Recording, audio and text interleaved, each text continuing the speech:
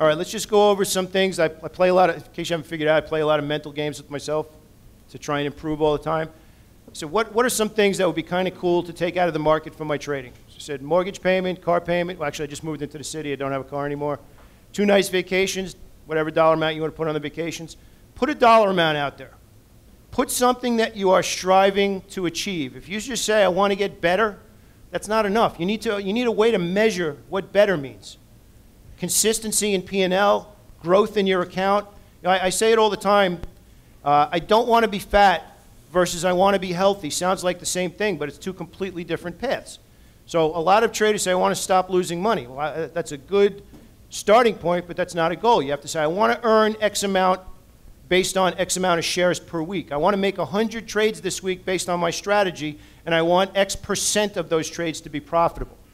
Set some concrete goals. So if you guys could all do me a favor right now, what are your goals dollar-wise for the remainder of 2012 from your trading? Write down a dollar amount that you want to achieve. Everybody participate, please. It's a very important drill here. Dollar amount you want to take out of the market, whatever market you trade for the rest of the year. How many people put a number that's a stretch? Okay, good. Now, I want you to triple that number. Okay. Now, I want to bring out an epiphany here. So I want to hit you right here. If for 1 second you said, I can't do that, it simply means you need to learn how. It doesn't mean you can't. So get out of the limited thinking of your current skill level and start getting into how do I do it. Let me ask you something. Could somebody else achieve triple what you just wrote down? So let's get to the point where you're saying to yourself, not anything other than, how do I get there? It just means you need to learn how. That's it. It doesn't mean you can't do it. This isn't the NBA. This isn't, I have to be 6'4" to be good at it. This just means you have to have a burning desire to get better and better and better. But let me tell you something. Nobody has more of a burning desire than I do. But that's not enough in trading. You need to pay attention to what's working and what's not working and do it sooner to make adjustments. I wanted to be a trader worse. I had a limo job. I was reading chapters while, in between. It didn't make a difference. It could be as hard as you work as hard as you want. You need to pay attention to what's working and what's not. So whatever that goal was, ask yourself right now, why is 3 times that goal a cackle for me right now? Why is 3 times that goal hard for me? Why would I say I can't do that? Why did you pick the first number? Why did you pick the first number? Why did you only pick that number? Why wasn't it higher? Answer it. Don't bring it out now. Ask yourself right now. Why wasn't my number bigger? Write down the answer right now.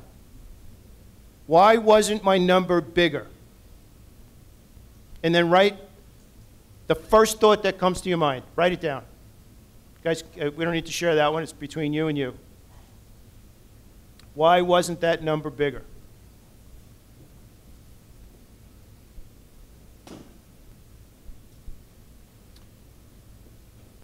All right, here's the plan. First, we're going to talk a little bit about how to think and act like a winning trader. We're also going to talk a little bit about how losing traders act. But we're going to, because of the limited time, we're going to focus mostly on the strategy and tactics here. So we're not going to spend a massive amount of time on the thought process stuff. So we have psychology, strategy, tactics. Game planning is just as important as knowing the strategy. Game planning is just as important. And I want to give you a little heads up. The longer it takes you to game plan, whenever you sit down and say, I'm planning for tomorrow, the longer it takes you, the too scattered your thought process is, the too scattered your strategy is. Okay? It should not take more than an hour. If it does, you're probably doing research instead of saying, I want to be long or short these stocks. All right? All right. As I said, I'm not going to get a massive amount here into the thought process, but I want to get down to bullet point or number 4 here. An ability to deal with adversity and learn from experience. How many people here are good at dealing with adversity? How many people here aren't going to raise their hand no matter what I ask? All right, that's the number 1 thing that you need to do. But again, I can't stress it enough. You need to be able to Pay attention to what's working or what's not working. If you wrote down a number that wasn't a stretch, and then when I said triple it, it simply means that you're not asking enough of the right questions for how you can move forward faster.